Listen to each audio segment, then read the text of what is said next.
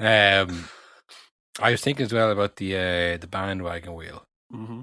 for the Euros. I mean, look, this is kind of an out there take, but I actually don't really want England to do well. So I don't want to spin the wheel and land on England. I know that might alienate some of our fans because we got the Irish boys, Jack Grealish and Declan Rice over there. We all want to see them do well, but not me. Will I No, don't me want to spin the neither. wheel and land on them. I won't. You won't ever catch me supporting Denmark. Fuck those lads. Never, ever. We also have history with Austria.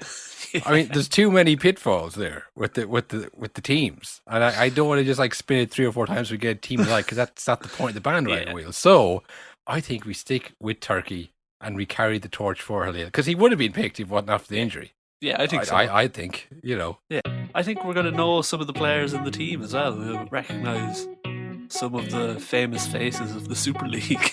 Absolutely. No, honestly, that is nonsense. Nonsense. All nonsense. But listen, I've been on that road before. Nonsense. Talking nonsense. Why should we accept somebody talking nonsense? Like, what would clubs say? Just why are you talking nonsense about us? Why are you talking rubbish? Hello, everybody, and welcome to a No Nonsense podcast with Cathal and Will. Will, hit it. We did it. We broke the 11-game winless streak. Yes. We're back on top. Kenny's kids all the way. Oh, we're flying. Oh, man. What a win. 4-1. I mean, people like to say the score didn't reflect the game. I think it did because we scored 4 goals and they scored 1. So there you go. Yeah, as if scoring 4 goals, they're still an international team. It doesn't matter if they're the 158 best team. Serious. They're top men. They're top men, Will.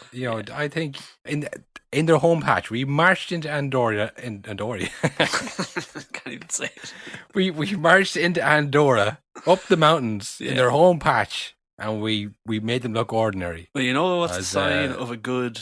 An international team is good when their stadium seems to be in the middle of a block of flats. It reminded me of the Monaco Grand Prix. They just seem to be in the middle of town. It's like class, savage. Maybe a more cynical person would have said one of those inner city projects. This is the cheapest place to land this stadium. Yeah, the cheapest place to build these facilities for these bulldozed off flats. Oh man! I mean, look, it was a tough watch. That first half and the start of the second half was tough. And when they got that first goal, I mean, I was fearing the worst. I mean, we were in dire straits. It did not look good for us. It was it wasn't even the goal they scored. It was a free header from a free kick. When we say a free header, it was like he was in the box by himself. And he didn't even look like he knew what he was doing. You might think, oh, that's kind of disrespectful. But that's only the second goal he ever scored in 72 caps for Andorra. It wasn't even like a bullet header. He just kind of jumped and it kind of hit the corner of his forehead and he spinned around and he was in shock after he scored. But we bounced back. We bounced back through the mighty Troy Paris. Why hasn't he been playing before? I mean, he looks like the best player we've had in the last 12 games. 12 years. He was so good. I mean, that first goal was savage. Yeah, he fucking, like I said, he was literally got the ball, creating his own chances, and then putting them away. Yeah, I mean, he could have been playing by himself in the second half, and he probably would have done well. The 2 goals, the first goal was a great goal. Again, I mean, I can remember the one Brown scored against Serbia was a pretty good goal. And that's when the hope was oh my god, did you see that goal just scored? But this is kind of more of an individual goal, kind of wow, that was a player who's better than everybody else on the pitch. But the second goal, it was bad goalkeeping, and then I think we had broken their spirit, and they definitely died. Yeah. They looked like they were suffering from the mountain air that they should have been used to, whereas we were I guess as actual professional players managed to keep going for the full 90 minutes. Their keeper had the worst half of football I think I've ever seen a player have. He was atrocious. Yeah, he wasn't good. He was not good. Anytime he was supposed to come for a cross, he was in like the side of his goal. Whenever he's supposed to be in the side of his goal, he was coming for a cross. Yeah, he didn't know exactly where he's meant to be. That's for sure. But look, we did it well. We beat them. The win the streak is over. Yeah. 11 games in charge for is it 11 games previous to this? So, Was yeah. this the 12th? I think so. But it was like the game against Qatar was like when you start talking about curses, the Kenny curse or whatever. You know, like we can't win a game. We should be beating these teams that we just can't win. Yeah. And like the first half of this was the same thing. It was like, what are you doing? Like, Yeah. whatever you could say about Luxembourg and the gains they've made, fine. Qatar, I know nothing about Qatar, but like, there's no excuses for Andorra. Like, Yeah. what were we doing in that first half? Like, go out there and beat them. And then when Tripart did it was like, you know, like in the Prestige when you figure out the trick. It's like, oh, wait a minute, these guys aren't good. Yeah.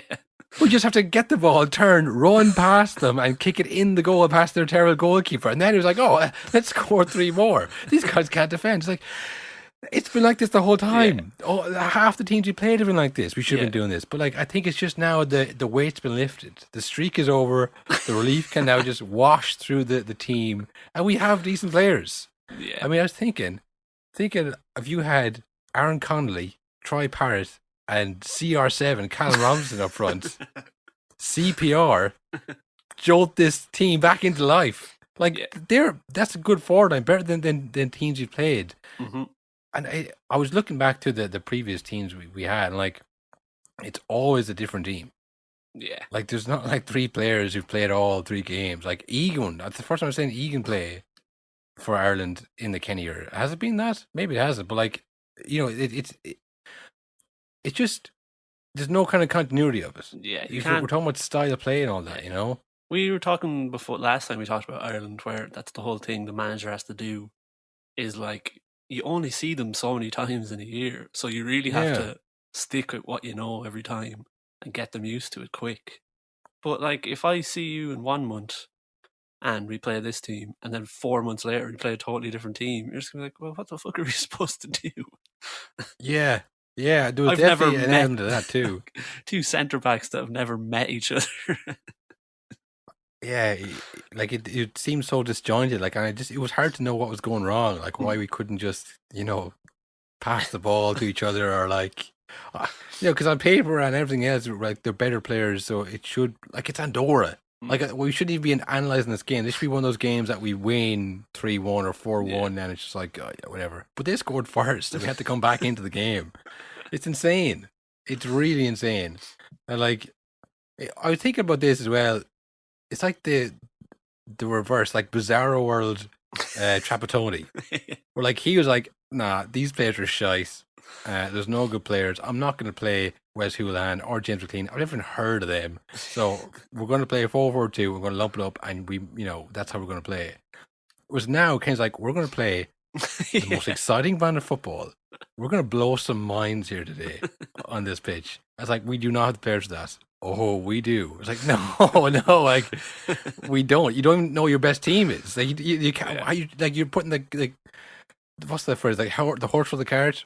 Like, trying to have a style of play before you even know what your best team is. Like, the team changes every single time, but he keeps talking about, like, we're changing things in this town. We're not going to do things like we used to do them. It's like, we won a lot back then. We should try those things sometimes.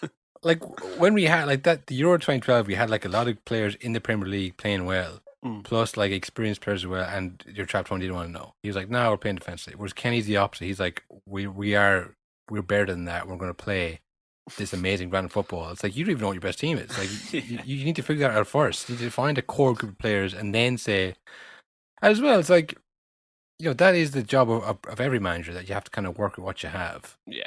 Like, we were talking about Tuchel in the last episode, saying how he figured out what he had at his disposal. Now it's not the same thing at all. Much deeper squad, much more talented players.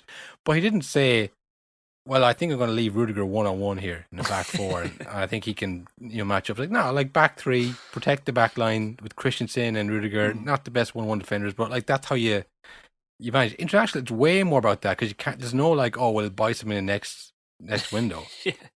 Whereas he's kind of stuck on this style of like, no, this is how it's going to be. It was like, do we have the players for that? Do you know what the best team is, and what's the thing that suits them? And that's the challenge, I don't know if you had seen. Is that your first time seeing Troy Parrott? Yes, it is. I've seen him play before, but last time I saw him, he was, I think, half the size he is now. He seemed massive. Like, he seemed really built, and he was like winning headers and all sorts. So I think he's literally like every year becoming a better and better and better player, rather than like, you see some prospects and it's like the way they play when they're 18 is going to be how they're going to be. He seemed like he's fucking really making strides and like trying to be the best that he can be, which is rare to see. Well, he literally was probably going through puberty at that time, Will. That's the thing. He was 17. He's 19. He's 2 years younger than Erling Haaland. Like, he's literally still growing. You know what I mean? So, he seemed excellent, though. I was so impressed with him. But it's gonna be the case of like, is he gonna be the next? He's too young to rely on in the big game. Then it'll be like, I don't know, McLean up top or something when it comes down to it.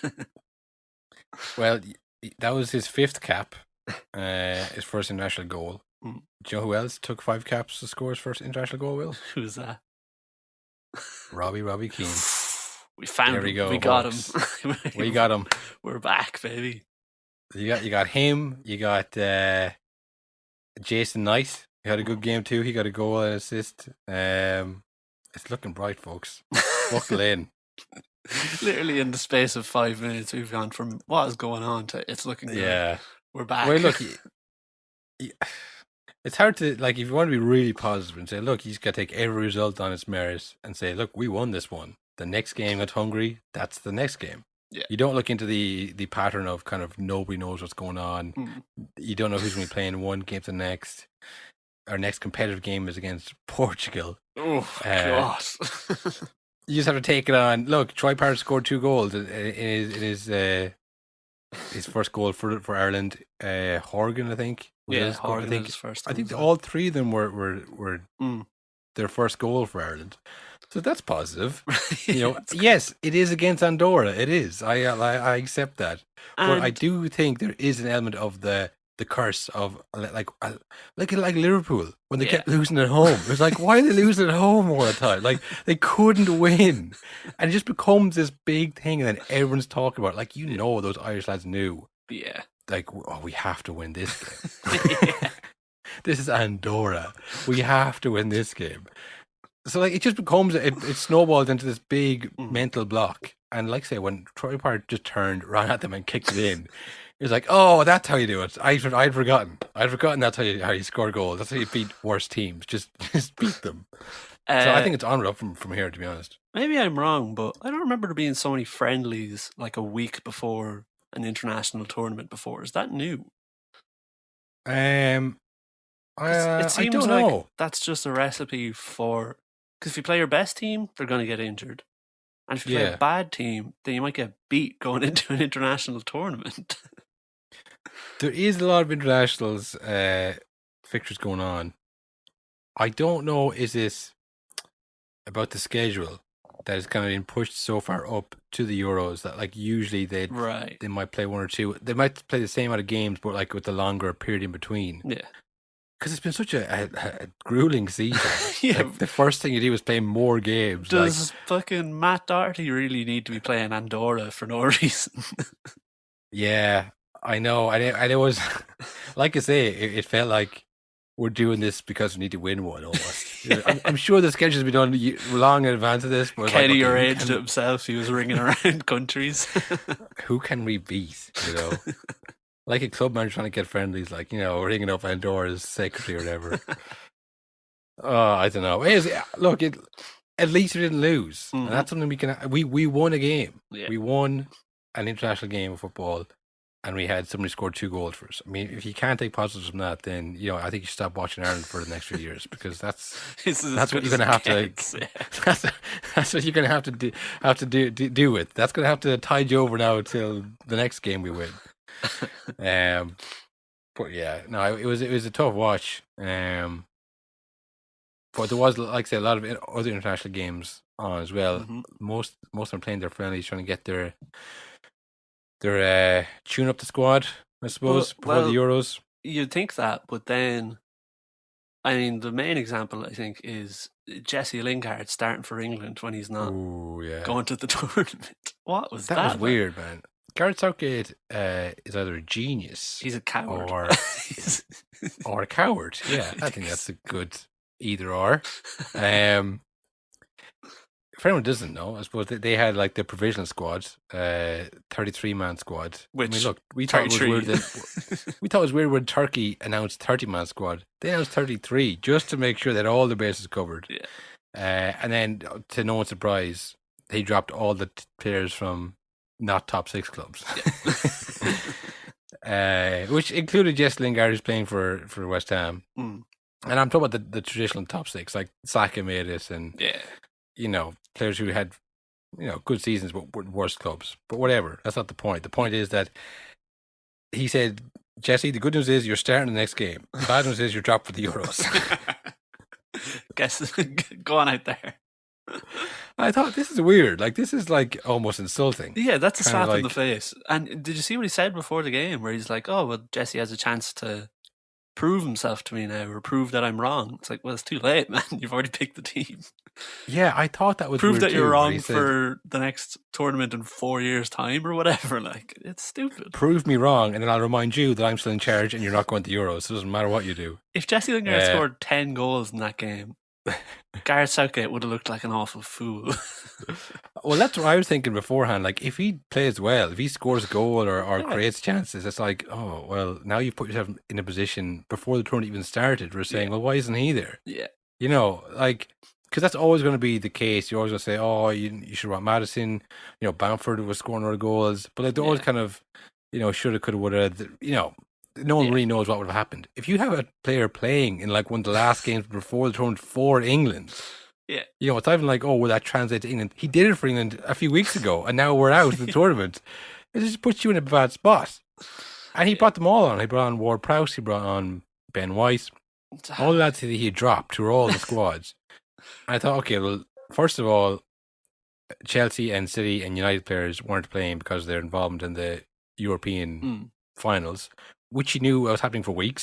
So I can't really say, oh, I didn't know that was going to happen. So he needed the players, I guess, to flesh out the squad.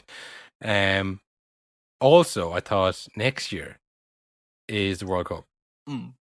So maybe he's looking at it kind of as like a shorter process than it would be if when this ends, you'll have a season and then another season. And then, it's kind of like, well, you're not making this round of games, which is the Euros, but we'll have qualifications in September.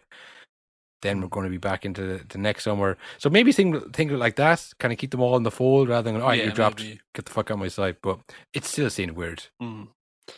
What do you think was going through Jesse Lingard's head when he turned around and saw Trent going off the pitch? And he was like, surely he was like, oh, fucking yes.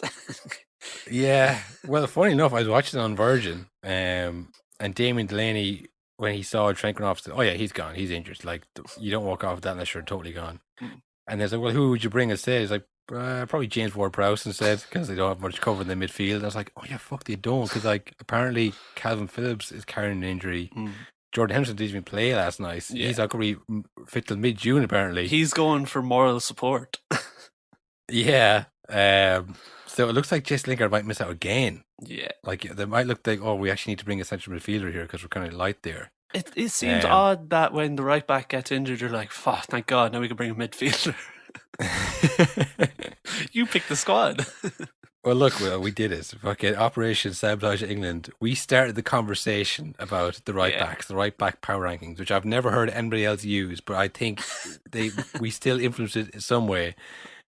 He brought them all. He tried to bring them all. What a coward.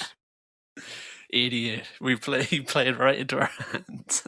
Like, you'll even walk into the home. We've even Bamford at home. Like, you bring 4 right backs. You have like a midfielder who can't even play. All because we got in your head so much.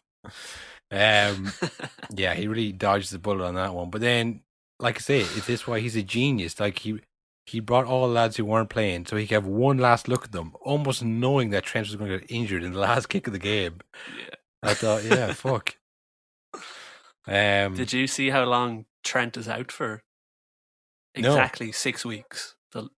6 weeks, which is exactly the time when the Euros is over. He's missing just the Euros. What a year for him, man. Honestly, I think it's probably best he didn't go, because no matter what he did, unless he was player of the tournament, people would have been like analysing everything he did under a microscope, kind of like, oh, well, that wasn't very good defensive play or whatever. It's like, Jesus Christ. Yeah. I mean, he's only 22. Like I said, the World Cup is next year. I'm thinking Liverpool, looking at it, you'll have Van Dijk, no Euros. Trent, no Euros. Joe Gomez, if he's back, no Euros. Yeah. I don't know, is there a Copa America going on as well this summer? No, not this summer. I think it's next year, because I know Cavani is free for the summer as well. Like they have between like African players like Mane. Is there an African Cup of Nations? That's in a weird time though, isn't it? That's like in January or something odd. Because it's so hot in some places. But my point being that like between Salah and Mane, who weren't playing in the summer, you got Fabinho, you got Alisson. Like they have most of their team have a summer fully off. Rested, yeah. Henderson, I won't say will play much games. So I think they could be looking sharp for next season. I'd say Liverpool. They're thereabouts. But yeah, I watched some of the England game. Like it was a dire game as well. I mean, it was a bit better than the Ireland game. It wasn't much better. Like I mean, and this is England what we're saying about Ireland. Great, also. Yeah, like this is what we're saying about Ireland. Like it's a different team every single time, so it's hard to find any kind of continuity, especially a manager who's so focused on the style of play and all the rest of it. Like England had much better players than we had, but like it was all kind of didn't have any of the some of the best players, but they had like Harry Kane and a few others like definite starters, but like.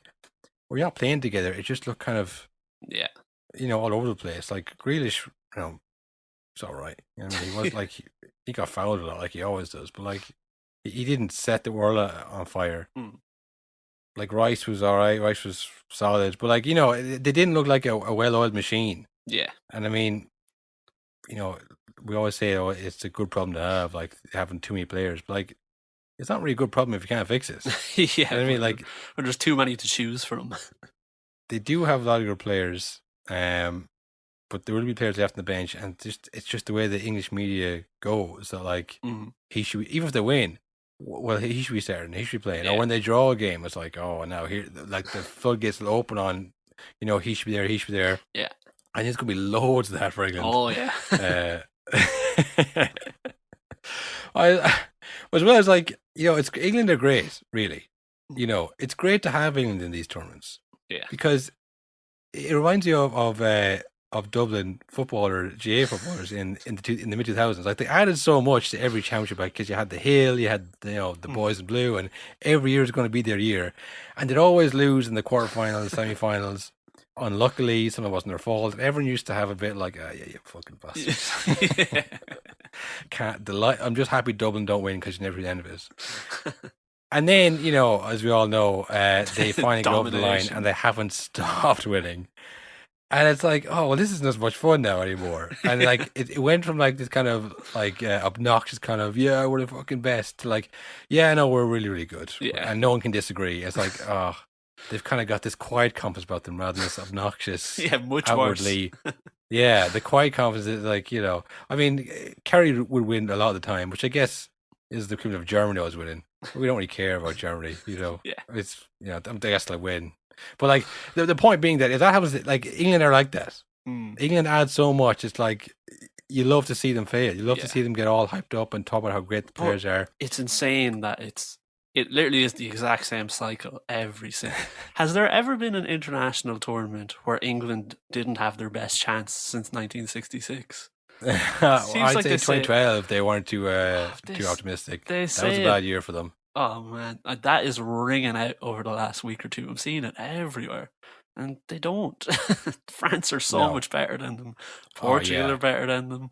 Like, I was watching that France game against Wales.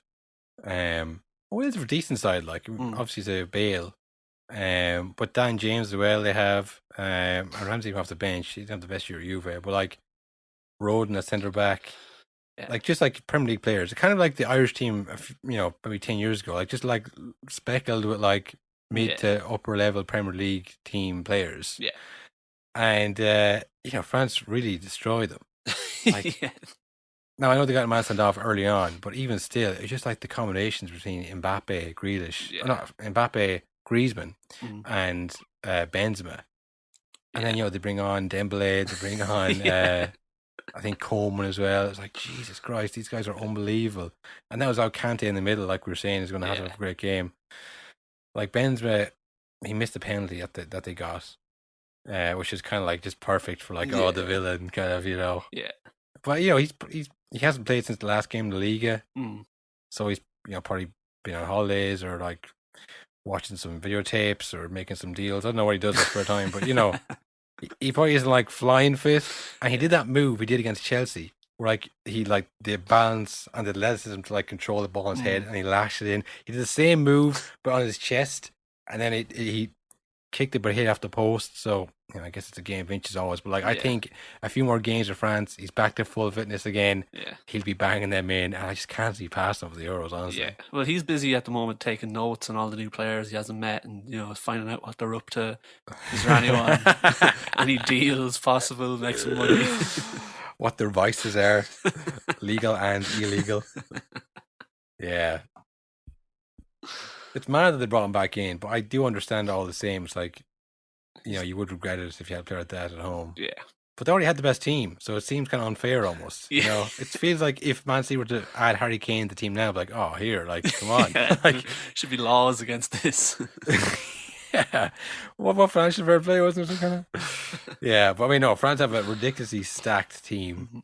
And Germany drew their game against. They're all over the place, they seem. Now, they didn't have Timo, Will, so you can't underestimate that. That's true. So he would have got their Chelsea players either. He would have got them through on just pure good vibes alone, because he's so lovable.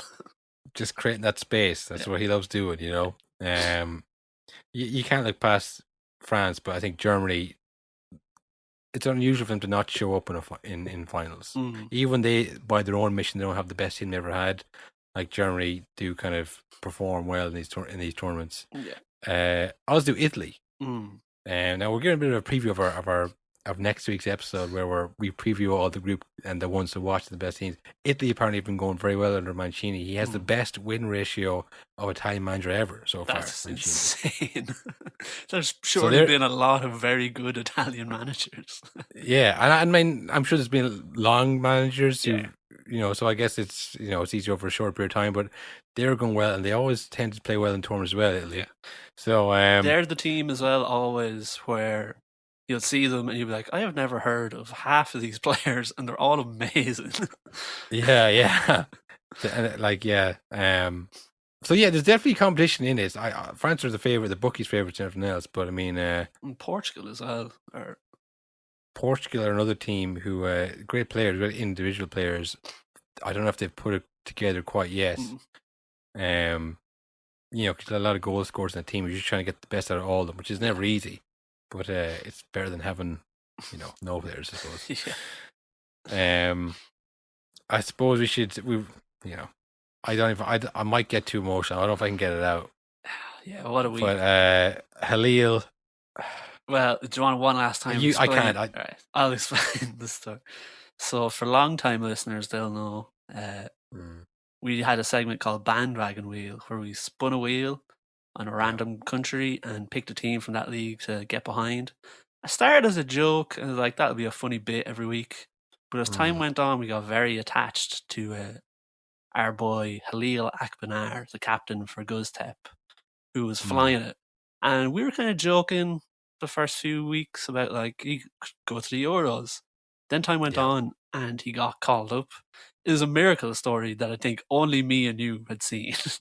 Yeah, he got called up for the World Qualifiers back in like March or whatever. Yeah. So it was like it was like it was weird for because you're like, oh, he's playing so well in Turkish league, but like you especially as a team, a country like Turkey, we have no real idea of how things work over there. Like, is it mainly about foreign leagues or whatever it is? Like, we're not sure what influence he has playing in Turkish league, but he did seemingly got called up. Yeah, and like Gustep, it's not like Gustep were setting the league on fire. They were 10th all season, as we were talked about.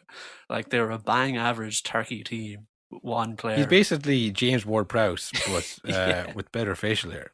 Yeah. And it finally happened. He was called up to the squad, it looked like. And then, much like Trent, friendly before the Euros and injured out for the tournament. He's gone. How can this happen? We were and so as we close. Said, they called up a 30-man provisional squad, so they were only going to drop 4. And look, I mean, someone gets injured like that, does his ankle, he's the first one dropped. But I think he would have made it. Like, he played that first game against Azerbaijan. Yeah, it's tough for him.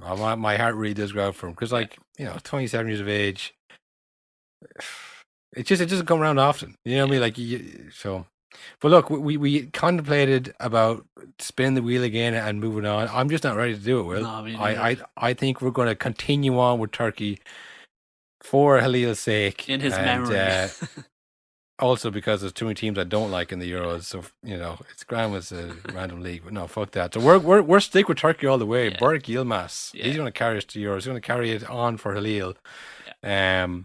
So yeah, that's the team we'll be supporting in lieu of Ireland. Obviously, if it was Ireland, there'd be no question we'd be supporting Ireland. There would be no bandwagon wheel. But not yet for Tripart. Tripart must wait to set the international stage alight. But be patient. He's coming. I suppose the other non-international news, managerial Premier League news. The managerial bandwagon wheel of where the managerial merry-go-round. It's used a lot, but this really does feel like people just going round in circles.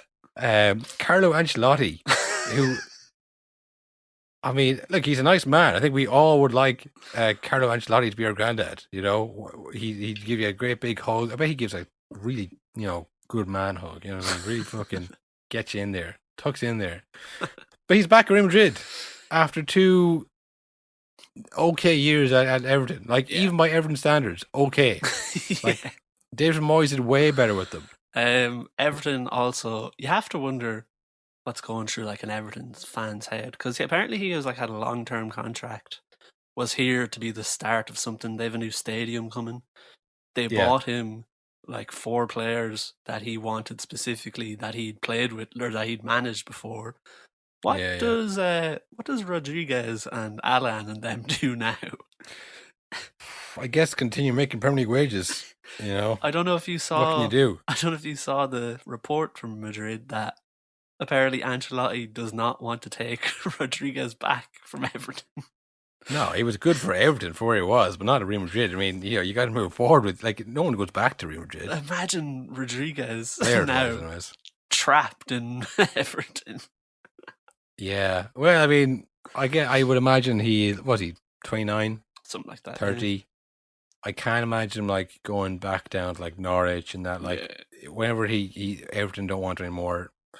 I could see him going back. He's at Porto at one stage, wasn't he? I think so. I could see him going to maybe Sevilla or Villarreal, something like that, maybe, and then probably back to Colombia at some stage. I won't say he's going to bounce around the lower divisions of the English leagues, But yeah, I mean, strange for Everton.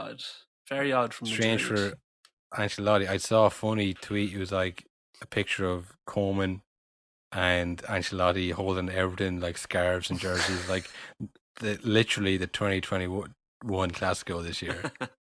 2 poor Everton managers are now managing the Classico. What is going on? What do qualifications mean anything? What can I do any job? Can I just get a job somewhere? Nothing matters anymore. Madrid and Barcelona are both insane. Is it any wonder they were desperately clamoring for more money and stuff because they're in a billion debt? They're so badly run. It's their own fault. Do you know what I mean? They just were completely mismanaging their own finances. I just thought the party would never end. I mean, look, not that anybody foresaw the global pandemic, but still, things can happen. You know, you should it's for a rainy day. It doesn't necessarily mean just rain. I mean, it could be anything. That's what you go crazy all the time. Yeah, they're back. But I think as well, I saw Barcelona. They were on the free agency market. That's all. That's all they seem to be shopping at. They're shopping in deals exclusively, and like they brought back Eric Garcia from Man City on a free. Who people are saying this could be the next Piqué. Could be. Could not be as well. Could not be as well. Could not be as well. Pep apparently spoke glowingly of him, but who does he not speak glowingly of? So that means literally nothing. Yeah. We will never replace him. We cannot replace him. We cannot. I saw Aguero's dad come out saying that Pep is full of shit as well. His brother did as well. But he is, he fucking is. So I don't know about that. And they obviously bought Aguero as well to Barcelona, another free agent, and they're waiting to see if they can get Depay on a free as well. Depay and Gini Wijnaldum. And Gini Wijnaldum also on a free. So Barcelona are not going to be splashing the cash this year, I don't think. Real Madrid are linked tentatively with Mbappe forever at this moment in time. He's making some very patriotic comments about wanting to improve the French league, and it's his due as a French player. You weren't saying that a few weeks ago, mate.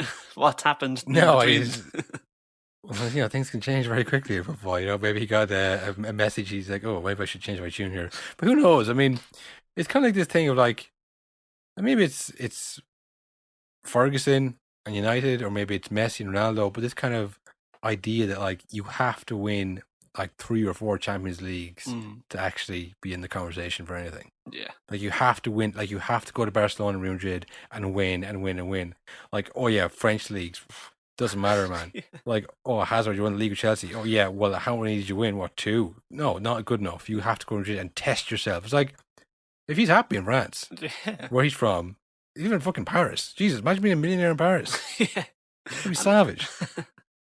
It's not necessarily that you have to go and be a Galactico and beat Ronaldo's records. Yeah. It's okay to play for Paris or play for Chelsea and win the leagues, and not win 10 leagues or try and beat Giggs' record for league wins. It's not about that. But it seems that we've drifted into this kind of, records, like Messi and Ronaldo's records. They're the goals they scored in Champions League. Every time someone breaks a record, there's this huge big thing. He moves into 5th now. It's is that really what's important though? That's so hard to do. It's so hard and so joyless. It's so boring. See, I'd rather, I think obviously the Leicester one is an outlier, but even I think, say Liverpool win the league this year and they don't win again for 5 years from now, or another 3 years. People will say, one league with that team. It's that was a great year for Liverpool fans. Like Salah had, a 3-year period where he was out of his mind, scoring ridiculous amounts of goals. Mane was unplayable. And then it's he never went to Real Madrid. It's okay. That's sport. There's a moment in time where you're the best and you won the league and no one can take that away from you. It's not about you have to win 6 more. Yeah. You have to go and prove yourself. It's I enjoy that more than seeing Ronaldo win another Ballon d'Or. Yeah, definitely. It's just joyous. It's boring. I'd rather the one-off stories. Yeah. Somebody Liverpool win after 20 years. That's great. Yeah, that's a way better story to me. Yeah. So if Mbappe stays in Paris and he improves the League One and that's his legacy, I'd rather him do that than try and beat Messi's unbreakable record at Barcelona or whatever it is. It's not going to happen. So he'd let go of that idea that has to be broken. And it's weird because it's there's a mystique to Mbappe at PSG of what is how good is he really? It's he's amazing, but you don't see him often. You just hear tales of him absolutely tearing the French league apart. Whereas if he goes to Madrid, it's just all eyes on him every week. It's we didn't score this week. No, we didn't score this week. And so I thought and it's not it's gone. He's not getting 3 games out scoring. It's fucking hell. Again, I think it's partly the Ferguson stuff. Keane always say that as well. We'll come back to you when you won 4 or 5 leagues. You know what I mean?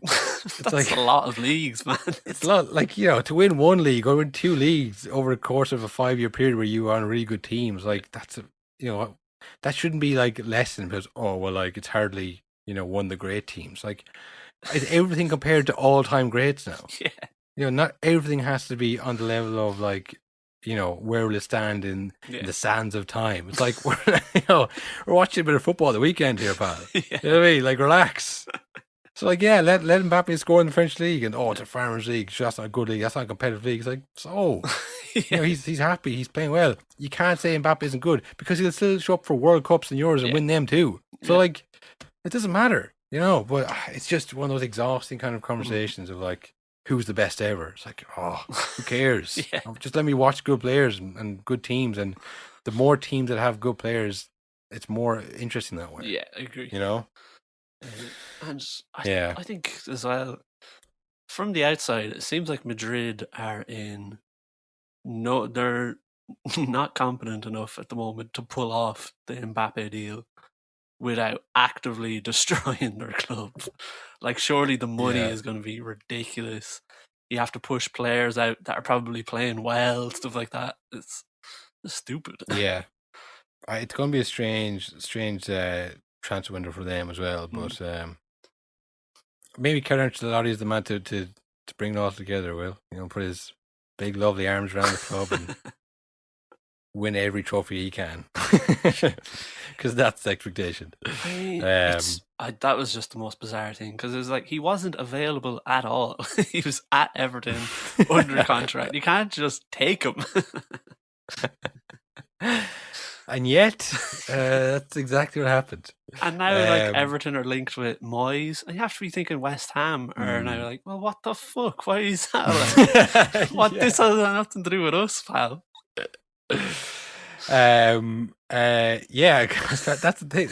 Like, it's fine because like managers change obviously every year, but it's just kind of weird. Like, Ancelotti goes back to Real Madrid. Pochettino maybe go back to Tottenham. Moyes going back to Everton. Lukaku going back to Chelsea. It's like, what's going on? What are we going backwards? Why are people always going back? Like, you never go back. That's what they say. Yeah. But I mean, it seems to be the most fashionable thing to do now. Just go back to your former stomping grounds. Yeah, I don't know. I really don't understand it. And then maybe I'll go back to the call center. Back to my old stomping grounds. Where I was unofficially let go. After the incident. Yeah, but what about now? Yeah, but like now things are different. Fuck. It just seems strange, man. And the one that was weird enough, speaking of managers who you didn't think were going anywhere, Nuno Espirito Santos left at the end just before the end of the season. It was like, I'm going. Yeah. Presumably after like looking at a text on his phone, and then went, I have to go. It seemed like, he's getting the Spurs job. That's going to be announced next couple of days. And I think maybe that was, and then Pochettino was like, I might be able to get out of this contract here. I went, okay, well, hang on then. Well, let's see what's going on there. And that seemed to stall now as well. Yeah. And he wants to stay at PSG. Well, no, what happened then was the Real Madrid job came available. He was like, whoa, hang on.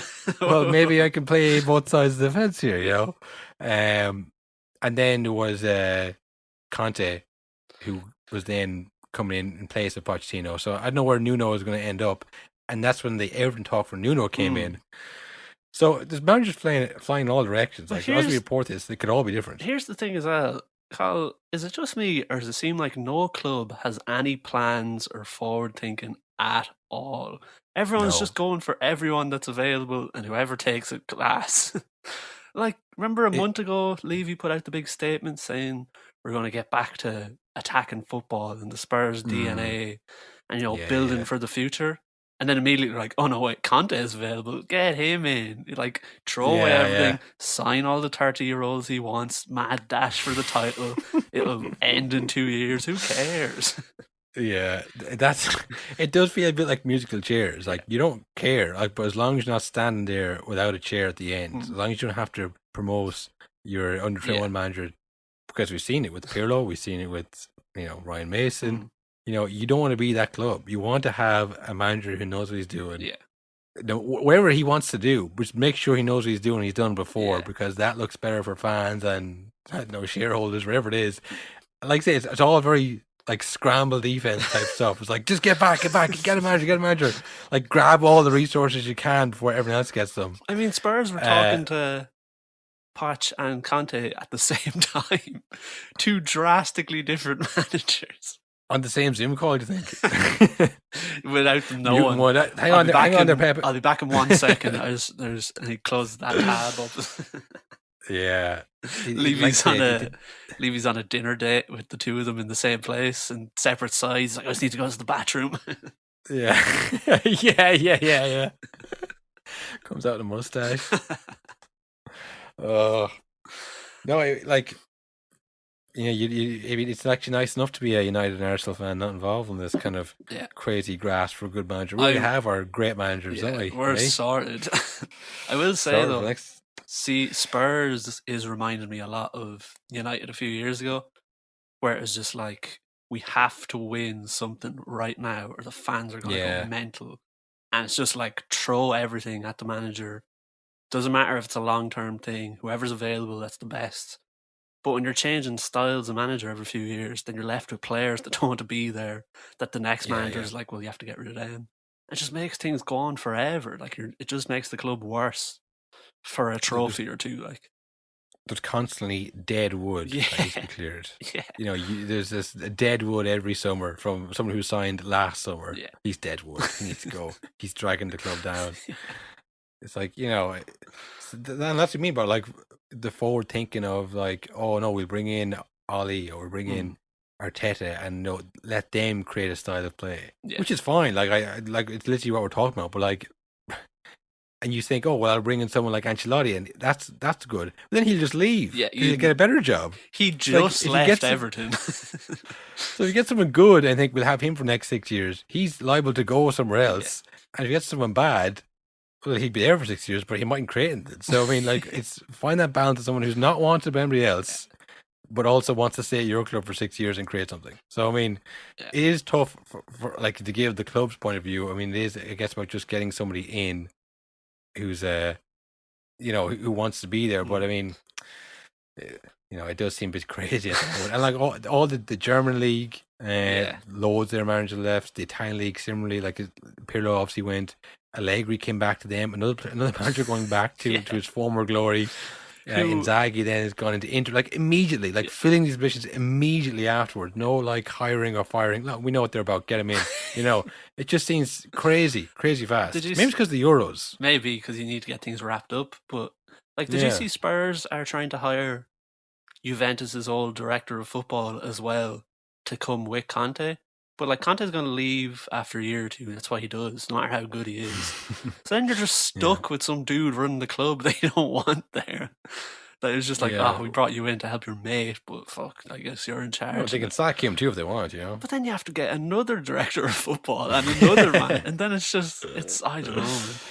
Yeah. Surely that's the thing, is you get the director of football who's totally unbiased and is like, you sort it out for the next 20 years. We're just going to leave you to it. Yeah. You wouldn't want to be one of the HR departments of one of these Premier League clubs, would you? I mean, just constantly trying to find people and they're leaving and you're sacking them, and Jesus. But yeah, was there any other kind of interesting news? Not much else really. It was mainly just managers kind of coming and going. Yeah, the international warm-ups are all happening. They are a bit meaningless, the international warm-ups, because you are just like either giving lads runs, maybe you're trying to refine your squad or whatever. Yeah.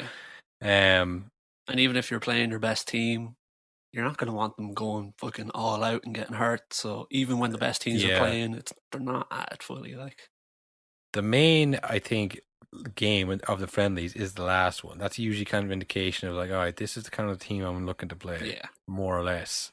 So I mean, I would say catch the last game of all these teams if you want to find out. But as I've said, next week we're going to be going through group by group, giving our analysis or who we think's on top of the group, ones to watch, you know, talismanic players, because you'll need those talismanic players for the fantasy game that is also launched on the official Euro 2020 website /app. The code for the league is in the description in the bio, and then the link is in the link tree as well. So just copy the code, follow the link, join the league, and if you win the league, you will get a choice of any jersey from Euro 2020 from us to you. We'll send out at no cost of entry. It's just about, a bit of something to do for the fans. I don't know if there's fans out there if you want to, get involved with us and chat to us. And we'll be obviously going over and, if you're top league, you'll definitely get a shout out for sure. We'll go through, we'll have a little segment for the fancy, so it'll be good crack for the tournament as well. Question. I think we're both in agreement. If you win, what jersey are you going to get? Because I know what one I'm getting. I know what I'm getting. But I'm going to save that. Maybe.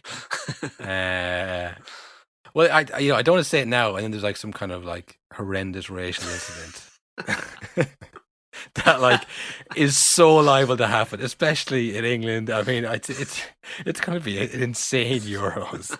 Everyone's been inside for the entire year. These people, you see those videos from Wetherspoons? Dear God, imagine that, except like tenfold. So I'm just waiting to fucking shoot myself in the foot here. I don't want to say it. This Euros is lightning in a bottle. It is all of the most riled up fans across Europe coming to England to let it all out after a year and a half of being locked inside. No, honestly, that is nonsense. Nonsense. All nonsense. But listen, I've been on that road before. Nonsense. Talking nonsense. Why should we accept somebody talking nonsense? What would clubs say? Just why are you talking nonsense about us? Why are you talking rubbish?